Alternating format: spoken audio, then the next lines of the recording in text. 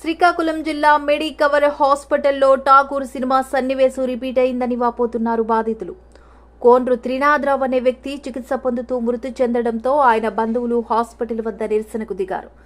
గత నెల 29న రోడ్డు ప్రమాదంలో గాయపడ్డ త్రినాథరావును మెడికవర్ హాస్పిటల్లో చికిత్స కోసం జాయిన్ చేశారు.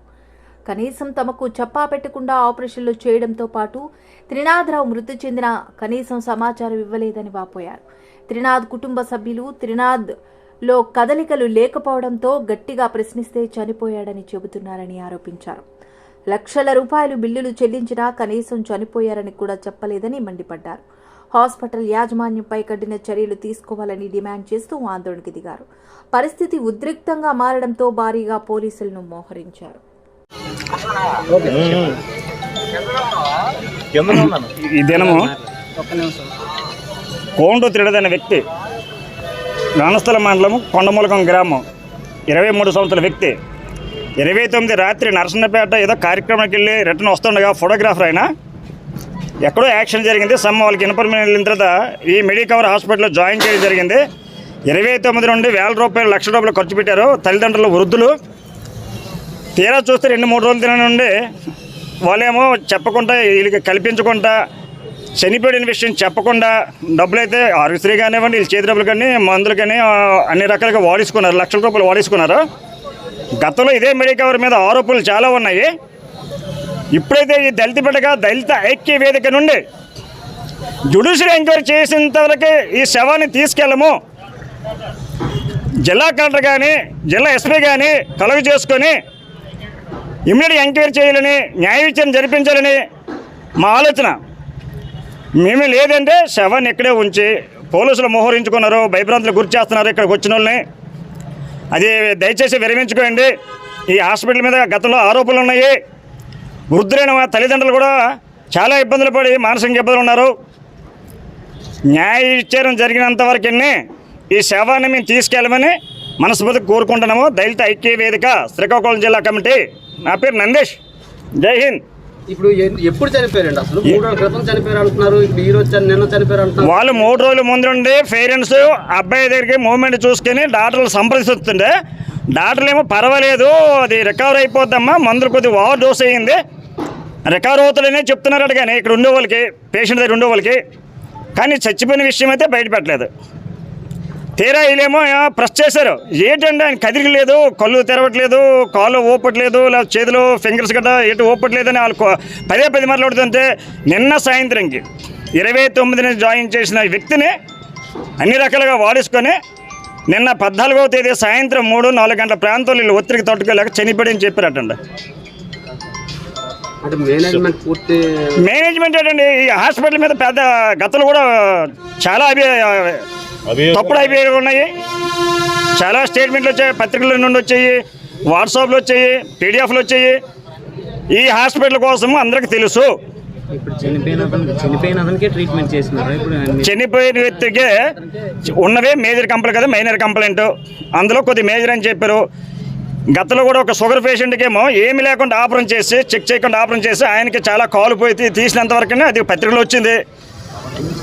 ఈ హాస్పిటల్ మీద ఇలాంటి ఆరోపణలు చాలా ఉన్నాయి. దయచేసి ఈ హాస్పిటల్లో ఇలాంటి యాక్సిడెంట్ల కేసు కానీ ఇంకొకటి అడ్మిట్ చేయకండి. దయచేసి ప్రజలకి గమనించండి. మీ పత్రికలు అందరికీ 10,000 నమస్కారాలు. ఈ హాస్పిటల్ అయితే మూతపడాలండి, లేదా జ్యుడిషియల్ ఎంక్వైరీ అయినంత వరకు ఇక్కడ రన్ అవ్వకూడదు. మేము ధర్నా చేస్తాం.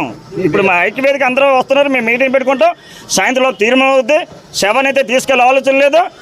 ఆ గ్రామస్తులు 4 రోజులు 3 రోజులు పడిగాలు కట్టి ఇక్కడే చుట్టుపక్కల ఉంటుంటే ఏ డాక్టర్ కూడా వాళ్ళకి సరైన సూచనలు ఇవ్వలేదు. డబ్బులు ముఖ్యంగా చూసుకునే తప్పని ఒక పేషెంట్ ద్వారా ఆలోచన విధానం సరి చేయలేదు. ఆయన 23 సంవత్సరాల కుర్రోడు, యువకుడు. నా పేరు నందేశ్వర అండి, గొల్లపల్లి, దళిత ఐక్య వేదిక. అతని పేరు త్రినాథ్ సార్. అతను ఫోటోగ్రాఫర్. అతను సామాన్య కుటుంబానికి చెందిన వాళ్ళు. అతని అమ్మ నాన్న కూడా నిరుపేద, పొలం పనులు చేసుకుని బ్రతుకుతున్న వాళ్ళు. అతను ఒక 4 ఫ్యామిలీకి దన్ను అన్నమాట. ఇప్పుడు విషయం ఏంటంటే అతను 29th నైట్ యాక్సిడెంట్ అయ్యి అడ్మిట్ అయ్యారు. 29th నైట్ ఏం చెప్పారంటే సర్జరీ పడదు అని చెప్పారు. ఇక్కడ దెబ్బ తగిలింది, కాలుకి దెబ్బ తగిలింది. 29th నైట్ ఏమో వచ్చి సర్జరీ పడదు, పర్వాలేదు, ఎప్పుడైనా ఇది అవ్వచ్చు అని అన్నారు. కాళ్ళకి అంత ప్రమాదం ఏమీ కాదు అని అన్నారు. అడ్మిట్ చేసాము. మురళీ అండర్ కేసు అండర్లోన సందీప్ సార్, క్రిటికల్ కేర్ ఏమో Sandeep sir, neuro surgeon Murali sir అండర్లో అడ్మిట్ చేసాం. అడ్మిట్ చేశాక కొన్ని రోజులు అయింది. సార్ ఏమన్నారంటే ఫస్ట్ అన్నారు సర్జరీ పడదని, తర్వాత రెండింటికి ఒకేసారి సర్జరీ అవుతుందని, ఆ తర్వాత సర్జరీ ఒకటి చేసేటప్పుడు ఇంకొకటి మళ్ళీ ఆపేయాలని చెప్పి, అయితే కొంచెం వెంటిలేషన్ నుంచి బయటకు వచ్చేసిన తర్వాత ఏమన్నారంటే సార్ ఏమన్నారంటే ఇక్కడ చెయ్యాలి, ఇది ఇప్పుడు ప్రమాదం, అంత మేజర్ అయితే కాదు కానీ ఇది ఇప్పుడు కాకపోయినా తర్వాత అయినా ఇది ప్రమాదమే అని అంటే సారే ఆరోగ్యశ్రీ ద్వారా ఇక్కడ ఇది ఏదైతే ఉందో ఇక్కడ న్యూరో సర్జరీ చేశారు మురళి సార్. చేసేసిన తర్వాత అతను అంతకు ముందు నుంచి కూడా ఇప్పుడు ఏదైతే యాక్సిడెంట్ అయిందో 29th నైట్ నుంచి కూడా అతనికి మూమెంట్స్ ఉన్నాయి సార్, మూమెంట్స్ ఉన్నాయి, కాళ్ళు కూడా యాక్సిడెంట్ అయిన కాళ్ళు కూడా మూమెంట్స్ ఉన్నాయి. అయితే ఇదన్నీ అయిపోయిన తర్వాత అది మొత్తం ఎడిమా అంతా తగ్గాక అతను కళ్ళు తెరిచారు సార్. మాకు హోప్ వచ్చింది, కళ్ళు తెరిచారు, మాట్లాడిన మాటలకి ఏడుపు కూడా ఏడ్చారు, మాట్లాడిన మాటలకి రెస్పాన్స్ కూడా వచ్చింది. వచ్చేసిన తర్వాత నెమ్మదిగా ఇంకా అలాగా సార్ అయితే ఏం చెప్పారంటే నెమ్మదిగా సర్జరీ కూడా బాగానే అయ్యింది, నెమ్మదిగా అన్నీ వస్తాయి, మూమెంట్స్ కూడా 2 రోజుల తర్వాత ఏమొచ్చి అతను కళ్ళు తెరవలేదు, మూమెంట్స్ కూడా బాగా కంప్లీట్గా ఆగిపోయి మేము సార్కి చెప్పాం. సార్కి చెప్తే సార్ ఏమన్నారంటే బాడీకి ఇమ్యూనిటీ పవర్ అనేది కొంచెం చాలా తగ్గిపోయింది, అతనికి చాలా హయ్యర్ యాంటీబయాటిక్స్ వెళ్తున్నాయి, ఇన్ఫెక్షన్ వెళ్తుంది, ఇన్ఫెక్షన్ చాలా ఎక్కువగా ఉంది, మల్టిపుల్ ఇన్ఫెక్షన్ ఉంది అని చెప్పేసి అని అన్నారు. సరే ఓకే అని చెప్పేసి మేము కూడా వెయిట్ చేసాం, కానీ ప్రాణాపాయ స్థితి అయితే ఏమీ కాదు అని చెప్పేసి అని అన్నారు. అయితే మా అన్నయ్య కూడా శతవిధాలుగా సెకండ్ ఒపీనియన్ ఏవైతే ఉన్నాయో డాక్టర్స్ కూడా మిగతా వాళ్ళు ఇతనైతే ఏం చెప్పారో మిగతా వాళ్ళు కూడా అదే చెప్పారు, సర్జరీ అయితే పడదు, మెడికేషన్ ద్వారా క్యూర్ అయిపోతుంది. సో మేము ఇక్కడ కూడా లీడ్ తీసుకొని రేపు ఎప్పుడు అవ్వాల్సిన సర్జరీ ఎందుకని చెప్పి ఇప్పుడే సర్జరీ కోసం కూడా సర్జరీది కూడా మేము చేసేసాం. అతను కళ్ళు తెరిచాడు, అతనికి మూమెంట్స్ వచ్చాయి, సరే అంతా బాగుంది, ఇంకొక 1 వీక్లో బయటకు వచ్చేస్తాడు అని అనుకునే టైంలోన ఏం చేశారనంటే అతనికి ఆదివారం నుంచి మూమెంట్స్ అన్నీ పడిపోయినాయి. అది ఆదివారమా శనివారమా 2 రోజుల నుంచి మూమెంట్స్ అన్నీ పడిపోయినాయి, బాగా పడిపోయి. సార్ని అడుగుతుంటే సార్ అంటున్నారు నెమ్మదిగా రికవరీ అవుతారని చెప్పేసి ఇద్దరు చెప్పారు. ఓకే అదంతా ఓకే. ఆ తర్వాత మాకు ఎప్పుడు చెప్పారంటే ట్యూస్డే మంగళవారం పొద్దున్న సార్, పొద్దున్న ఫోన్ చేసి ఒక నిమిషం ఆగు నువ్వు, మంగళవారం పొద్దున్న ఫోన్ చేసి ఏం చెప్పారంటే ఆ తల్లి ఆవేదన అలా ఉంటుంది. ఏం చెప్పారనంటే కండిషన్ చాలా క్రిటికల్గా ఉంది, ఏమీ చేయలేం, కష్టం, నొరాడ్ ఇంజెక్షన్ లేకపోతే ఆ సిస్టర్ని వెళ్ళి అడిగితే చెప్పేది ఏంటంటే ప్రెజెంట్ అతను వెంటిలేషన్ మీద ఉన్నారు, ఆ నొరాడ్ ఇంజెక్షన్ ఏదైతే ఉందో అది లేకపోతే కంప్లీట్గా అతను హార్ట్ బీట్ కూడా బీపీ మొత్తం పడిపోయింది సార్, అది పడిపోయింది. ఆ ముందు ఒకవేళ మేము అడుగుతున్నది ఏంటంటే అసలు అతను ఎందువల్ల చనిపోయారు, ఇన్ఫెక్షన్ అన్నారు, ఇన్ఫెక్షన్ తగ్గింది, సర్జరీ అన్నారు, సిటీ బ్రెయిన్ మురళి సార్ అన్నారు, అంతా బాగానే ఉంది, కోలుకుంటారని అన్నారు. సడన్గా చనిపోయారని అంటే మేము ఏం చేస్తాం సార్, అసలు ఎందుకు చనిపోయారు, అతను ఎందుకు చనిపోయారు, చనిపోయినప్పుడు కూడా మాకు కరెక్ట్గా ఏది ఇన్ఫర్మేషన్ లేదు. మేము వెళ్ళి చూసుకున్నాక మేము అడిగితే 20 minutesలో గట్టిగా పుష్ చేసి అడిగితే చనిపోయిన వాళ్ళకి సిపిఆర్ చేస్తున్నారు, సిపిఆర్ చేసేసి 20 minutes తర్వాత గట్టిగా అడిగితే 20 minutes అయిపోయింది ఆల్రెడీ చనిపోయానని చెప్పేసి అని అన్నారు. ఈ చుట్టూ ఏవైతే ఊర్లు ఉన్నాయో అవన్నీ కూడా ఇక్కడికి ఒకటి కిమ్స్ ఇంకొకటి మెడికవర్, ఎందుకంటే వెంటిలేషన్ ఫెసిలిటీ ఉన్నదే ఇక్కడ కాబట్టి. ఇప్పుడు వీళ్ళ ఫ్యామిలీకి ఏంటంటే అతనే దన్ను కాబట్టి కష్టమైన నష్టమైన ఏదైనా తల తాకట్టు అయినట్టు ఎట్టయినా చెప్పేసి ఇక్కడ అడ్మిట్ చేస్తే వీళ్ళు ఇచ్చేది ఏంటంటే అవుట్పుట్ అతను చనిపోయాడు, ఎందుకు చనిపోయాడు అనేది చెప్పలేకపోతున్నారు. అసలు డెత్ డిక్లరేషన్ కూడా మాకు ఇప్పటికీ ఇవ్వలేదు. ఏం చేయాలి, ఈ కుటుంబమే కాదు కదా మిగతా వాళ్ళందరూ కూడా జాబ్ హోల్డర్స్ ఉండరు కదా, సామాన్యులు అందరికీ యాక్సిడెంట్లు అవుతాయి, అందరూ అడ్మిట్ అవుతారు, అందరూ బయటికి రావడానికి అందరూ అన్ని విధాలుగా ప్రయత్నిస్తారు. మనం డాక్టర్ మీద ఏదైతే హోప్ పెట్టుకుని ఉన్నామో ఆ డాక్టర్ మనకి కరెక్ట్గా ఇన్ఫర్మేషన్ ఇవ్వాలి, ఏదైతే మెడికేషన్ ఉందో ఆ మెడికేషన్ అనేది ప్రాపర్గా వెళ్ళాలి, ఏవైతే ఉన్నాయో న్యాయం కూడా పూర్తిగా న్యాయం కూడా మా వైపు లేదు సార్. మేము ఫస్ట్ స్టార్టింగ్ క్యాష్ అయింది సార్, క్యాష్ తర్వాత ఆరోగ్యశ్రీ అయింది, ఆరోగ్యశ్రీ తర్వాత క్యాష్, మళ్ళీ క్యాష్ కూడా వచ్చాము. ఒక దగ్గర మాకు 4 ఏళ్ళ అయ్యి ఉంటుంది సార్, 4 lakhs సార్.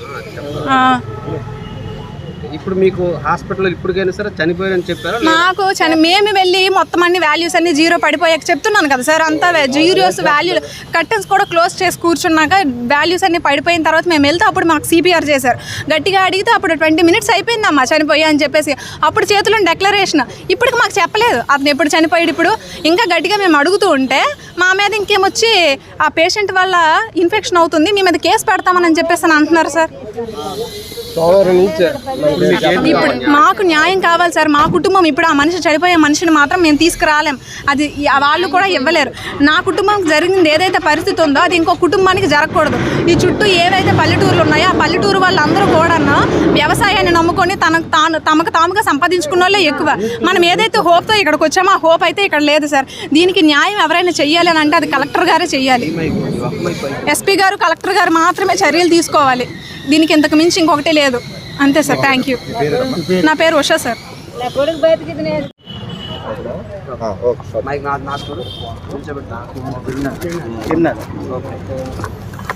చెప్పు అసలు ఏం జరిగింది? మంగళవారం నాడు నరసన్నపేట పెళ్ళికి వెళ్ళాడు. పెళ్ళికి వదిలి వస్తుండగా నరసన్నపేటకి శ్రీకాకుళంలో మధ్యలో పడిపోండ, ఆ గాలి వర్షం పడిపోండ.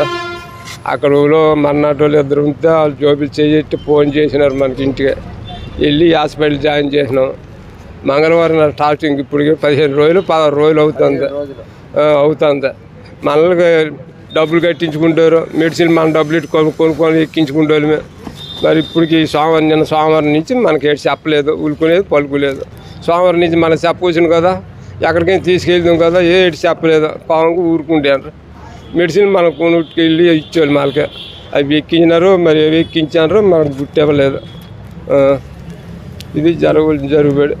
మీరు మీ అబ్బాయిని ఎప్పుడు చూసారు? అలాగా అసలు ఉలుగు పలుకు లేకుండా ఉన్నాను ఎప్పుడు గమనించారు?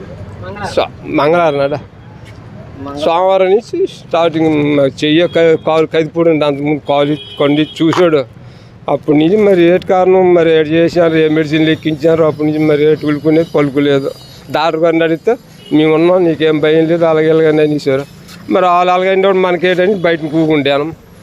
నిన్నటిదాకా చెప్పలేదు. సోమవారం నుంచి నిన్నటిదాకా ఏడు చెప్పలేదు, మనకి ఏడు చెప్పలేదు. కోపంగా ఉండేవారు అంతే. ఏం చెప్పారు డాక్టర్లు? వాళ్ళు రాలేదు, ఏడు చెప్పలేదు. పర్లేదు అనేసారు. ఎంత చెప్పుకున్నాం, మనిషి కలర్ మారిపోండ, ఉలుకునేది పలుకులేదు, చెయ్య కదపలేదు, కాలు కదపలేదు, ఏ టెన్షన్ లేదు.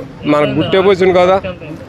ఏంటంటే ఖర్చు ఎంత అయింది, మా మనలో కట్టింది, మనవాళ్ళు కట్టింది. నిన్న ఏం చెప్పారు అయితే మీకు? మనకి ఏడు చెప్పలేదంటే పర్వాలేదని అనేసారు. ఎంత చెప్పుకున్నా చనిపోయారని చెప్పారా లేదా? అలాగే మన దగ్గరికి వెళ్ళి చూస్తేనే చెప్పినారు, లేకపోతే అది చెప్పలేదు. అంటే హాస్పిటల్లో చనిపోయారని నీకు చెప్పలేదు? చెప్పలేదు. పాప ఉన్నదండి అక్కడ దగ్గరలో. చెప్పలేదు. మీ పేరయ్యా? అప్పరు ఫోన్ అప్పరు. మంగళవారం నాడు పిల్లలు వెళ్ళారు, నేను వెళ్ళాను. బొట్టు పెట్టాక దేవుడు బొట్టు పెట్టాక వెళ్తాడు, చల్లగా అయిపోయింది బాబా. వాళ్ళు మీనాగే మకాలు చూసుకుంటాను. ఏమమ్మా నా కొడుకు ఏటైనాడంటే, నీ కొడుకు బాగుండు కానీ అర్జెంటుగా మీ ఊళ్ళో తెమ్మని అన్నారు, రమ్మని అన్నారు. అప్పుడు ఆ పిల్లలు మా మనవడు ఉన్నారు బాబా, వాళ్ళు వెళ్ళారు. వెళ్తే ఇవే పని అర్జెంటుగా మందులు పెట్టుకొని రండి, బిల్లు కట్టండి అంటే మంగళవారం నాడు 50,000 కట్టాం బాబా. 50,000 కట్టి సంచుడు ఇండక్షనాలు 5,000 అట్ట ఒక్కొక్క ఇండక్షన్ ఉన్న. ఆ ఇండక్షనాలు పెట్టుకొని పిల్లలు వెళ్ళారు. వెళ్తే అడుగు చచ్చిపోండ్రు. ఆ మందులు తీర్చుకోండ్రు, ఈ డబ్బు కట్టించుకోండ్రు మాకు చెప్పనే. అప్పుడు మా ఎస్ఐకి ఫోన్ చేసాం, మా మేనోళ్ళకి సురేష్కి ఫోన్ చేస్తే వచ్చినారు. వచ్చి చూస్తేప్పటికంతే ఇంకది రాత్రి అలా గగరించుకొని ఉన్నాను. రాత్రి ఏటు ఒక్కలేనా ఇది అవనేదో పట్టించుకునేదో మమ్మల్ని. మరి నా కొడుకు ఏం చేశాడో డబ్బాలు తీర్చుకుంటారు, నా కొడుకుని చంపాను. ఏం న్యాయం చేసిందో మా బిల్లు కట్టనేదా, లేకపోతే అతను నమ్మినాము, మందులు అందించినాము, బిల్లు కట్టించినాము. ఈ ఉచితం కారుడి మీద తీసేసుకోండు, నా కొడుకుని చంపాడు. నానాగా ఇంకొకరికి రాకూడదు బాబా, ప్రజలకు మేలు చేయండి. నన్ను పోయే పానని నా కొడుకు, ప్రజలకు మేలు చేయండి. ఈ హాస్పిటల్ ఆపియాలా, ఈ హాస్పిటల్కి తాళం వేయాలా.